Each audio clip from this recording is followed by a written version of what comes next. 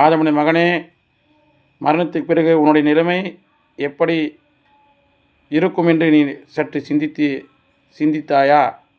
ஆதமுடைய மகனே, நீ உன்னுடைய உயிர் போனமுன்னே உன்னுடைய எலும்பு மண் சாப்பிட்டுவிடும். ஆதமுடைய மகனே, உன்னுடைய பொருள் பணம் உன்னுடைய வாரிசுதாரர்கள் அவிநாசமாக பங்கு போட்டுக்கொள்வார்கள்.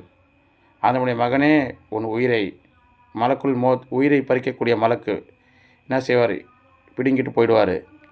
ஆதமுடைய மகனே, உன்னுடைய நன்மை நீ இந்த உலகத்தில் பட்ட கடனுக்காக பரிகாரமாக கடனாளிகள் எடுத்து செல்வார்கள்.